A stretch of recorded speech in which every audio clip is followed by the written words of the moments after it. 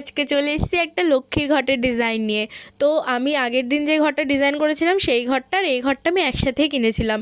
তো ওই ঘরটা আমি বাবা মায়ের জন্য টাকা জমাবো বলে কিনেছিলাম, আর এই ঘরটা আমি আমার নিজের খুচরো টাকা জমাবো বলে কিনেছি। তো সেই জন্য ভাবলাম এই ঘরটার কালারটা একটু অন্যরকম রাখি।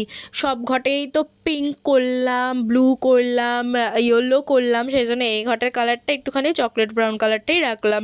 তো এর মধ্যে আমি কলকা করার চেষ্টা করেছি, যেটা আমি এখন শিখছি কলকাটা। তোমরা একটু জানিও যে ইমপ্রুভ হয়েছে কি না।